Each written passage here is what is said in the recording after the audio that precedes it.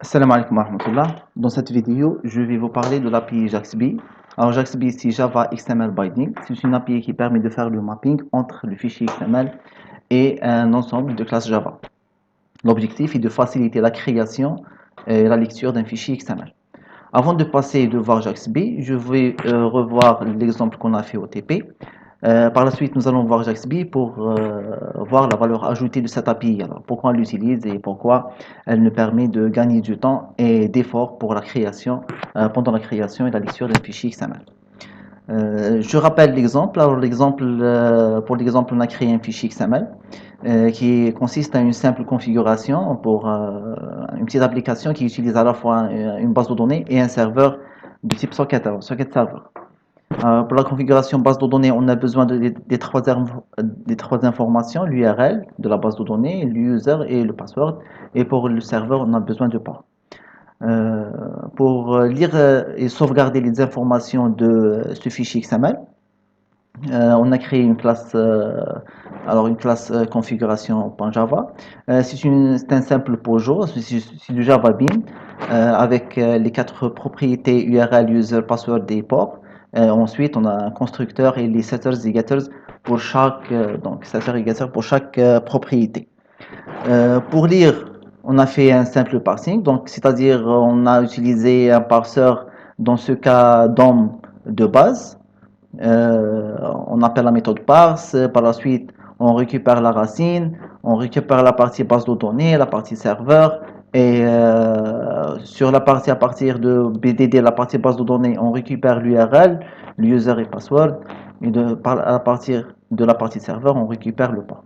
Ensuite, on met manuellement, on appelle manuellement les méthodes set. Alors, set URL, set user, set password, set port, alors get content text. Alors, on fait des appels manuellement. On affecte les valeurs contenues dans le fichier XML manuellement à notre classe configuration, ou bien l'instance de notre classe configuration. Alors, on appelle les méthodes set et set manuellement et on récupère les nœuds manuellement. Alors c'est ça ce qu'on faisait pendant le TP. Bien sûr, c'est nécessaire de voir ça parce que enfin, c'est la base. C'est la base de tout lecture d'un fichier XML. Ça revient tous vers un parsing de cette façon.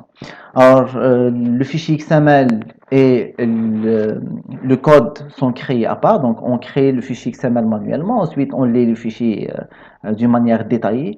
On doit comprendre les deux structures. On doit lire, donc, on va pouvoir maîtriser. On doit maîtriser la structure du fichier XML. Alors, ça, c'était notre TP, ce que nous avons fait. Maintenant, voyons ce que nous pouvons faire avec JAXB. Alors, je vais fermer ça. Et donc on ferme le tout. Pour JAXB, c'est une API qui faisait partie qui fait partie de J2E. Elle est fournie automatiquement avec le NetBeans, ou bien, je ne sais pas pour Eclipse, mais au moins avec NetBeans, elle est fournie automatiquement. Avant de commencer à écrire le code, il faut ajouter l'API. Dans les librairies, donc on fait ajouter et on a dans la liste des API offertes, nous trouvons JAXB. Si on parcourt, voilà, c'est JAXB. On choisit JAXB et on l'ajoute à notre projet. On peut la télécharger manuellement et l'ajouter manuellement si on utilise un autre éditeur. Sinon, pour NetBeans, elle est fournie avec l'éditeur, on peut l'utiliser directement. Maintenant, on fait la même chose. Nous allons créer un fichier un peu plus complexe. Donc, ça sera département et master. C'est l'exemple qu'on a vu, qui est cité dans la série TP. Alors, nous avons plusieurs départements et chaque département offre plusieurs masters en formation. Alors, c'est ça ce que nous voulons créer. Nous avons exactement la même chose. Alors, si je prends un département possède un ID et un nom département, et un master possède un ID, un code et un titre. Et chaque département possède plusieurs masters, donc offre plusieurs masters. Alors, pour chaque département, j'ai une liste de masters. Maintenant, on parle de JAXB. JAXB repose sur le principe des annotations. Alors, on appelle annotation. C'est une remarque, c'est une note ou bien une information qu'on ajoute pour un attribut ou bien une méthode. باللغة العربية ملاحظة كأنها ملاحظة نضيفها على حقل أو على sur une fonction, une méthode dans notre classe. Alors à la base, ça ne change pas le fonctionnement. Alors, ça reste une classe Java. La notation en elle-même n'ajoute pas, il ne fait rien. Mais cette annotation peut être exploitée par l'API pour manipuler l'objet. إذا الملاحظة في حد ذاتها c'est pas une instruction ليست أمر لا تغير أي شيء في سلوك لا كلاس في حد ذاتها يعني ما كانش تغيير لكن هذه الملاحظة لو كان نخدموا جاكس بي راح تستغل هذه الملاحظات باش تفهم تدي معلومات إضافية على مختلف المكونات تاع لا كلاس les attributs, les différents attributs et méthodes. Ok. Alors juste pour simplifier la notion d'annotation, une annotation en Java ça commence avec l'arrobase. Probablement vous avez vu override. Alors override c'est une annotation lorsqu'on fait de l'héritage et on veut signaler qu'une méthode a été réécrite par la classe phi. Donc on fait override pour signaler ça. Pour JAXB, nous avons un ensemble d'annotations. Alors, il faut définir les différentes, ou bien le rôle de chaque attribut dans le fichier XML. C'est ça, donc en résumé, c'est ça. Il faut définir le rôle de chaque attribut et comment cet attribut Java sera représenté en fichier XML. Prenons un exemple. Alors, pour le département, par exemple, pour cette classe, je vais dire que je vais accéder aux différents éléments en utilisant le champ. Alors, XML Access Type, c'est Field. On peut utiliser Property. Lorsque je mets Property, c'est-à-dire je vais compter sur les setters and getters, les méthodes set and get. Sinon, si je dis je vais utiliser l'accès par champ, alors c'est-à-dire je vais accéder directement au champ. Je peux définir que une propriété jouera le rôle d'un élément XML, c'est-à-dire ça sera une balise. Je vais dire @XML elements pour dire que cette information, non département, sera stockée dans le fichier XML comme une balise. Ça sera, je peux changer même le nom, préciser le nom de la balise. Ici, la propriété s'appelle non département et dans le fichier XML, elle prendra le nom de la balise non. Je peux ignorer des éléments. Je vais ajouter l'annotation suivante. Alors, pour dire que cet ID ne sera pas pris en compte pendant la création de fichiers XML. Alors, tout simplement, cet attribut sera ignoré. Donc, il ne va pas apparaître dans le fichier XML. Je peux créer le lien entre une classe et une sous-classe pour créer l'héritage. Alors ici, je vais dire un master, c'est la classe, c'est master. Et XML Elements Wrapper, c'est-à-dire j'ai plusieurs masters. Chaque master va se rappeler master, va être appelé master avec la balise master. Et l'ensemble des masters seront regroupés dans une seule balise qui sera appelée master avec S. Si je veux regrouper plusieurs éléments de cette manière, nous allons voir qu'est-ce que ça donnera dans le fichier XML. Alors, la classe master elle-même est un autre élément. Alors, c'est un élément avec le même type d'accès, alors accès de type field. Et j'ai un élément qui s'appelle code, un autre élément qui s'appelle titre. Si je ne précise pas le nom, alors j'ai pas une valeur name, alors la balise prendra le nom direct de l'attribut. Alors je vais avoir une balise code et je vais avoir une autre balise titre. Pour définir un attribut en XML, je n'utilise pas la notation XML element, mais XML attribute. C'est aussi simple que ça. Alors pour définir une nouvelle balise, j'utilise XML element. Si je veux utiliser ou bien définir un attribut, je utilise la notation XML attribute. Donc c'est tout simplement ces deux éléments qui existent en XML.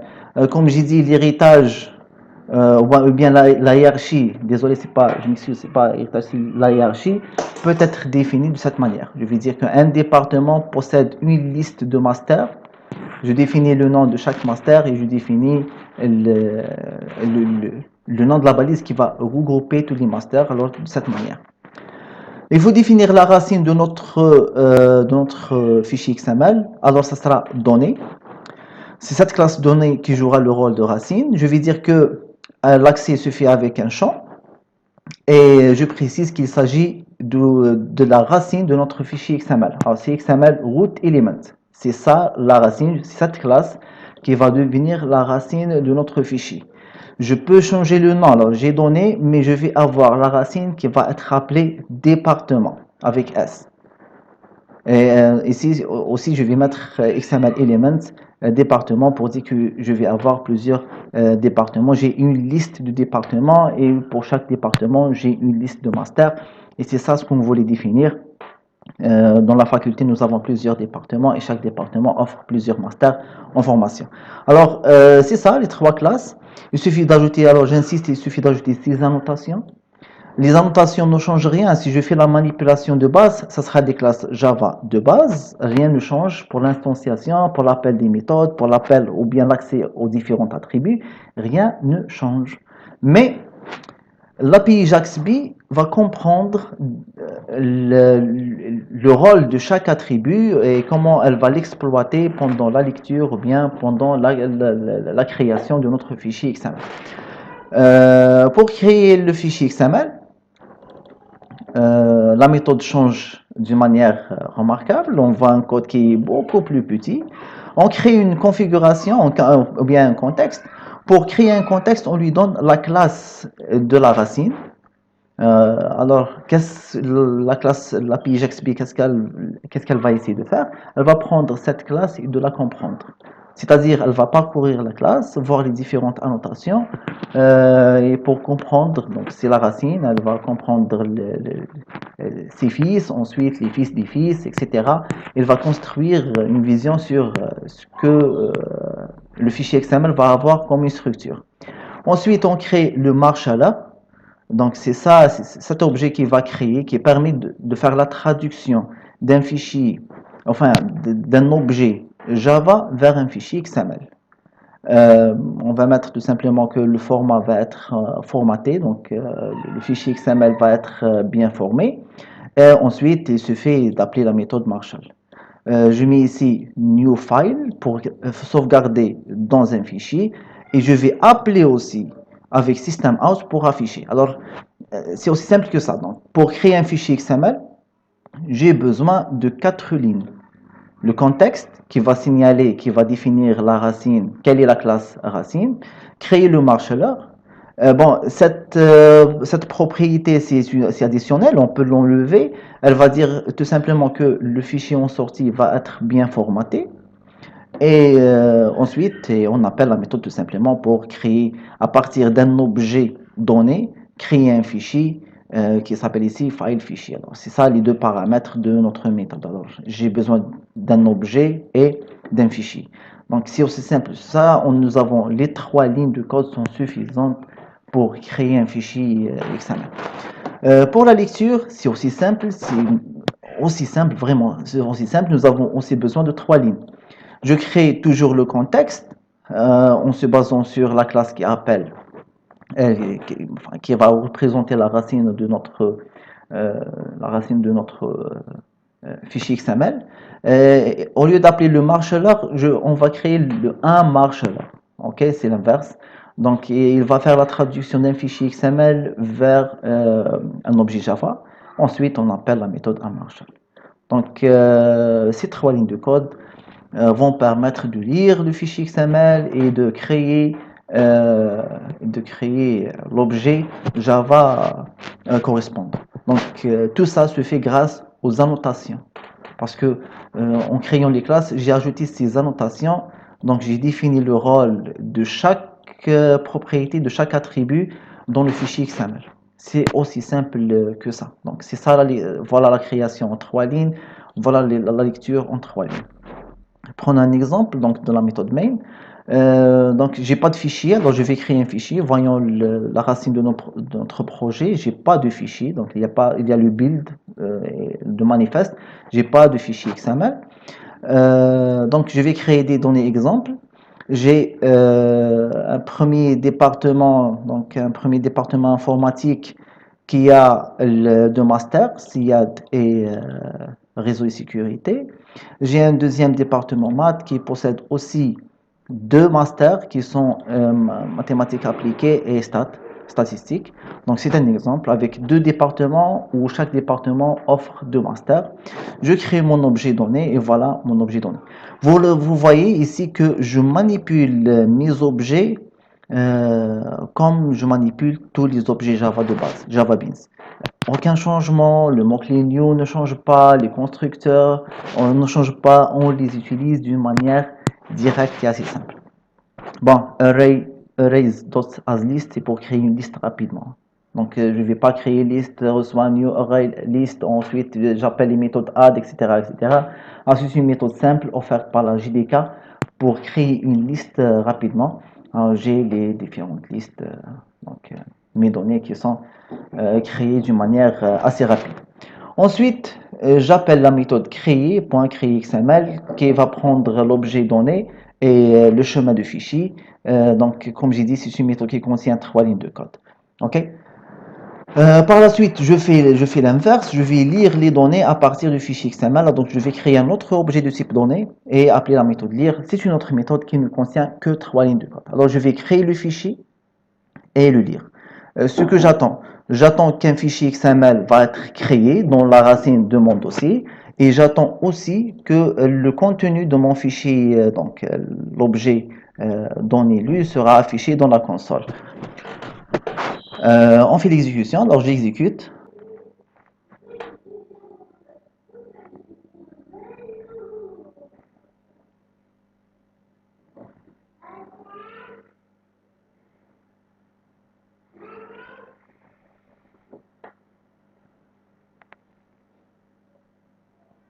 Voilà, alors j'ai le fichier XML qui a été affiché grâce à cette méthode. Marshall données system.out. J'ai ici un fichier XML qui a été affiché. Et par la suite, grâce à cette instruction, donc dans le main, system.out données, j'ai affiché la liste qui a été lue. Donc j'ai informatique, etc., qui sont mes propres objets qui ont été lus. Si je vérifie la racine de mon dossier, je vois que le fichier exemple.xml a été créé. On l'ouvre.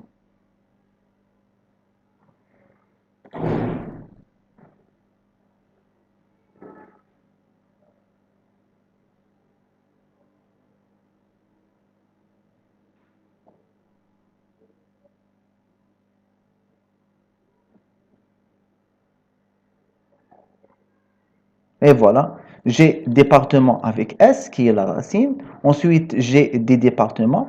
Pour chaque département, j'ai un nom et un ensemble de masters. Pour chaque master, j'ai l'attribut. Vous voyez bien l'attribut. Ensuite, le code et le titre qui sont des éléments. Alors, on se rappelle, pour un master, le ID est un attribut. Ensuite, j'ai les éléments code et titre. Pour le département, j'ai dit que les masters, chaque master va se rappeler master et le regroupement sera master avec S. Alors c'est exactement ce que nous avons eu. Master avec S. J'ai un ensemble de masters où nous avons le ID comme un attribut et le code titre comme élément. J'ai deux départements. Un premier département informatique qui a deux masters et un deuxième département mathématique qui a aussi deux masters mathématiques appliquées et statistiques. Alors ce sont exactement les données que nous avons créées dans le main. Alors c'est département maths, informatique avec les deux masters et département mathématique avec les deux masters. Alors c'est exactement ce que nous avons mis, les deux ID 1 et 2, 1 et 2. Nous avons ici 1 et 2 et 1 et 2. Alors, comme vous voyez, alors l'API JAXB permet de simplifier d'une manière remarquable, enfin le code, ça devient 3 lignes de code, à part les annotations bien sûr. On annote chaque attribut ou chaque classe qu'on veut créer, qu'on veut mettre dans le fichier XML. Et par la suite, la lecture et l'écriture devient quasiment en 3 lignes de code. En plus, la mise en forme, elle est directement faite Voilà, c'était ça, c'était l'API JAXB. On n'a pas eu le temps de l'avoir pendant les séances TP, mais bon, je vois que c'est très intéressant, c'est très important de connaître à la fois comment parser un fichier manuellement. Donc, c'est la base, il faut la comprendre, il faut comprendre l'arborescence d'onde, mais des fois, dans la pratique, dans votre vie professionnelle, ce n'est pas la peine de descendre au bas niveau et de faire le parsing manuellement. Il suffit de compter sur donc une API comme JAXB pour créer et pour lire facilement des fichiers XML. Wassalamu alaikum wa rahmatullahi wa barakatuh.